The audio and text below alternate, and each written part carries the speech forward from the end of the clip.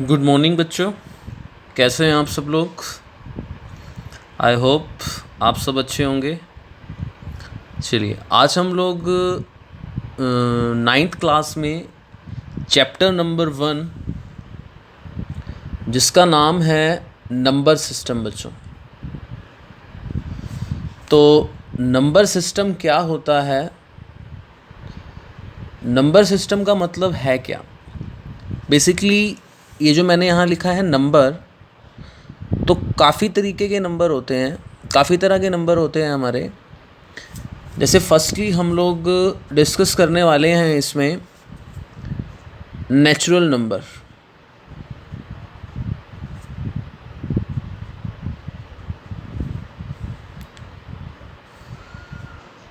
आप लोग 8th class में पढ़ चुके हैं कि काफ़ी तरह के नंबर होते हैं हमारे, जिसे हम लोग नंबर लाइन पर रिप्रेजेंट करते हैं। 8th क्लास में जो आपका फर्स्ट ही चैप्टर है उसमें हम लोग नंबर लाइन पढ़ते थे कि एक लाइन होती है,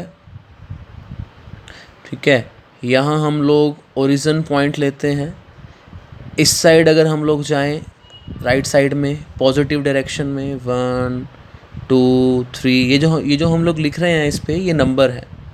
लेफ़्ट में जाएं तो माइनस, तो हम लोग और इस लाइन को बोलते हैं नंबर लाइन। इस पे हम लोग नंबर रिप्रेजेंट करते थे। आज हम लोग सबसे पहले इस चैप्टर को स्टार्ट करने से पहले हम लोग नेचुरल नंबर के बारे में जानेंगे पहले, जिसे हम लोग n से रिप्रेजेंट करते हैं। ये नेचुरल नंबर होता क्या है, जो हम लोग काउंटिंग लिखते हैं 1 2 n, 1 2 3 4 up to n। n कोई भी नंबर हो सकता है, 100 1000 10,000 लाख, कुछ भी। तो ये हमारा क्या है, नेचुरल नंबर। सेकेंडली हम लोग इसमें पढ़ेंगे होल नंबर।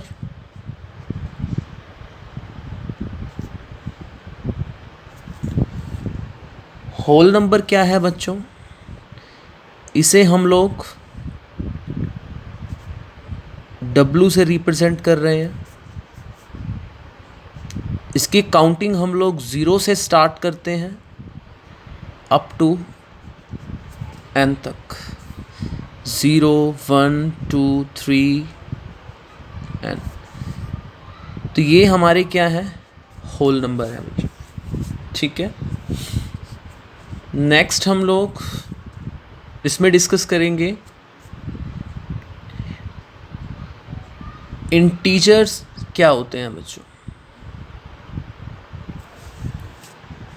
इंटीजर क्या होते हैं बच्चों, इसे हम लोग z से रिप्रेजेंट कर रहे हैं। इंटीजर जो है कलेक्शन होगा आपका पॉजिटिव नंबर्स का भी और नेगेटिव नंबर्स का भी। इसमें हम लोग पॉजिटिव नंबर भी लेंगे और बच्चों नेगेटिव नंबर भी लेंगे, ठीक है। जैसे -1, ठीक है, -2, इस तरीके से चलते जाएंगे। और इधर चलें तो -1 के बाद 0 1 2 सो, ठीक है। तो इंटीजर्स क्या हो गए बच्चों, जिसमें हमारे पॉजिटिव भी आ गए हैं और नेगेटिव भी आ गए हैं, ठीक है। पॉजिटिव नंबर भी हैं और नेगेटिव नंबर भी हैं। तो ये मेरे लिए क्या है, इंटीजर है। नेक्स्ट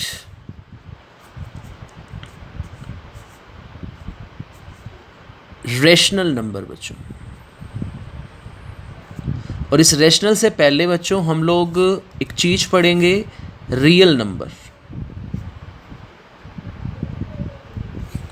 जो हमारा ये रियल नंबर होता है, ये सभी का कलेक्शन कर लूँ मैं अगर इसमें, natural number, whole number, integer, तो इससे क्या बन जाता है बच्चों, इन सभी से क्या बन जाता है, रियल नंबर। और ये जो रियल नंबर है हमारा, ये हमारा रैशनल नंबर और इरेशनल नंबर से मिलकर बना है। ये जो रियल नंबर है हमारा बच्चों, वो रैशनल नंबर और इरेशनल नंबर से मिलकर बना है। अब आप कहोगे कि ये रैशनल नंबर क्या होता है जिसे हम लोग p/q की फॉर्म में लिख दें और q not equal to zero, q zero के इक्वल नहीं हो सकता, ये ध्यान रखना है हमने, क्योंकि अगर q ज़ीरो हो गया तो ये एक इन्फिनिटी बन जाएगा, ठीक है, जिसे हम लोग कहते हैं नॉट डिफाइन। ठीक है, तो रैशनल नंबर क्या होगा जो p/q की फॉर्म में लिखा जा सकता है, वो हमारा कौन सा है, रैशनल नंबर।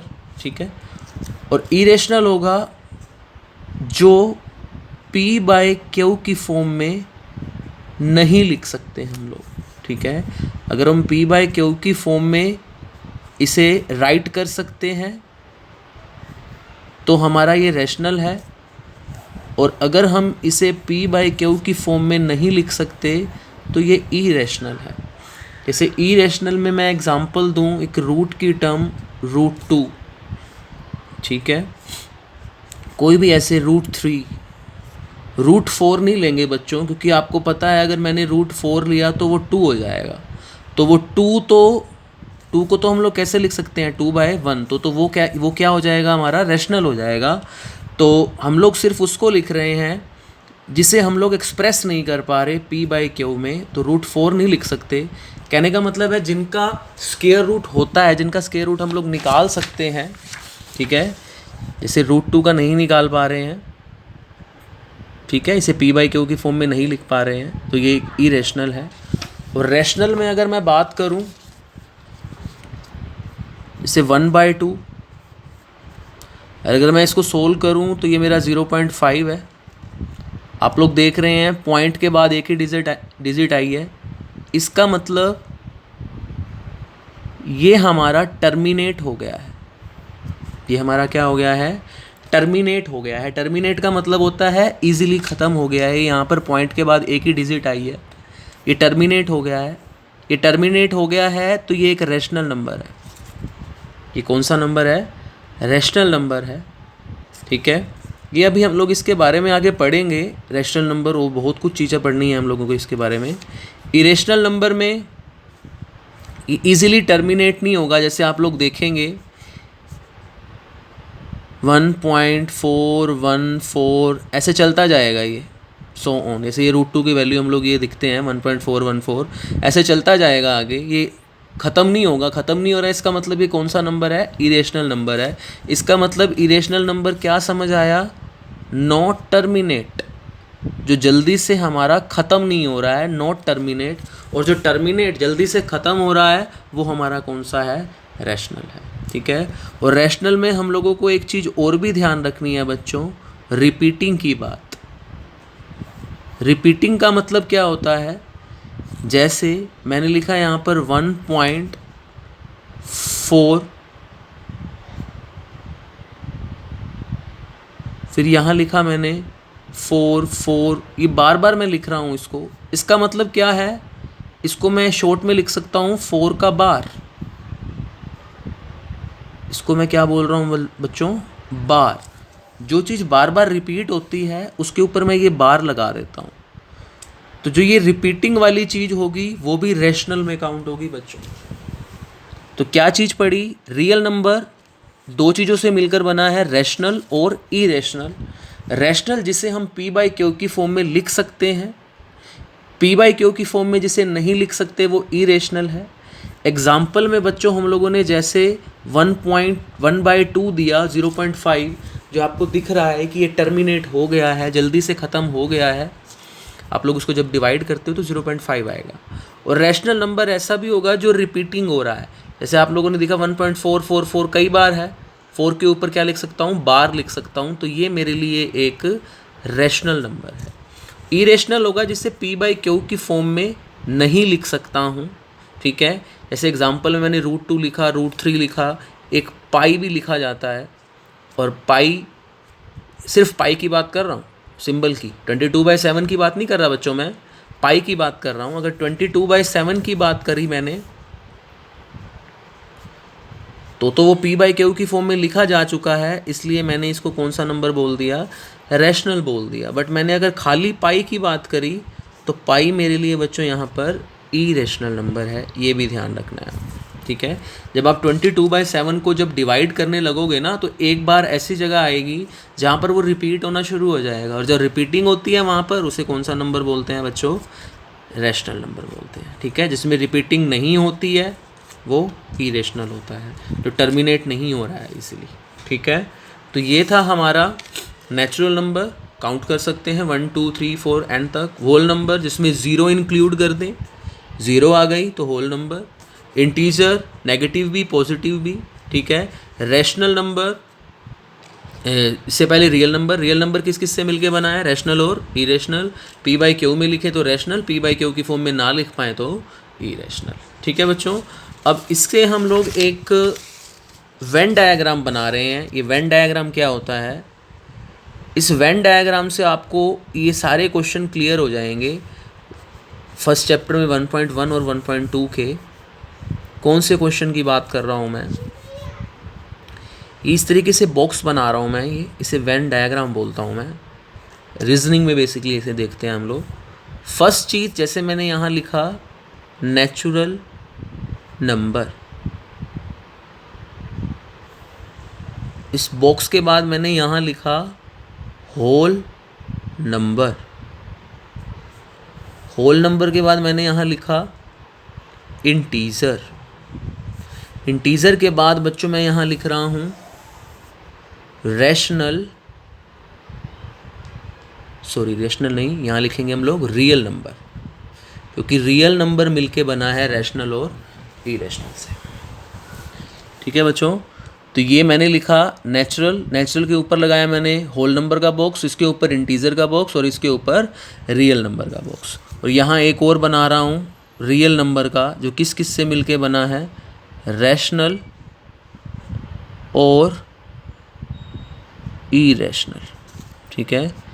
ये कौन सा है मेरा, इरेशनल, और बाहर कौन सा हो गया, रियल, ठीक है। अब मैं एक चीज़ बता रहा हूँ आपको, अगर हम लोग इनसाइड से आउटसाइड, इनसाइड से आउटसाइड की तरफ जा रहे हैं, मतलब अंदर से बाहर की तरफ जा रहे हैं, तो हमारी चीज़ ओल वाली, जो हमारा क्वेश्चन होगा ओल का, वो हमेशा ठीक होगा, वो हमेशा हमारा ट्रू होने वाला है, ठीक है। ये रूल है, इनसाइड से आउटसाइड अगर मैं जाऊंगा इसमें तो ओल का केस ट्रू होगा। क्या मतलब है इसका, इसका मतलब ये है, अगर आपसे कोई क्वेश्चन यहाँ पूछता है all natural number is whole number, तो आपका आंसर होना चाहिए यस, सारे नेचुरल नंबर होल नंबर है। आप इससे याद रख सकते हो, इनसाइड से आउटसाइड जा रहे हैं तो ट्रू आएगा। और क्यों होता है, क्योंकि आप सबको पता है नेचुरल नंबर हमारे 1 2 3 4 ये सारे के सारे क्या होल नंबर में काउंट नहीं हो रहे, आ तो रहे हैं, इसलिए सारे नेचुरल नंबर होल नंबर हैं। तो इनसाइड से आउटसाइड ये चीज़ ठीक होगी, परंतु आउटसाइड से अगर इनसाइड अगर जाता है, इसमें बाहर से अंदर कोई आता है, तो वो केस हमारा फॉल्स होने वाला है। कौन सा केस, ओल का केस, ठीक है। ओल का केस हमारा यहाँ पे क्या होने वाला है, फॉल्स होने वाला है। एक एक्स्ट्रा क्वेश्चंस में सम का केस भी आता है इसमें, ठीक है, वो हम आगे डिस्कस करेंगे। बट पहले एग्ज़ाम में आप लोगों का ऑल लिखा हो या फिर यहाँ पर एवरी लिखा हो, एक ही मतलब है, ऑल लिखा हुआ आ जाए या एवरी लिखा हुआ आ जाए, ठीक है। अगर सम लिखा हुआ आता है तो सम आप लोगों ने याद करना है, सम का केस चाहे इनसाइड हो चाहे आउटसाइड हो, ऑलवेज ट्रू होता है। ये हमारा क्या होता है, ऑलवेज ट्रू होगा, हमेशा क्या होगा, ठीक होगा। क्या मतलब, जैसे some natural is whole true होगा, some whole is integer true होगा।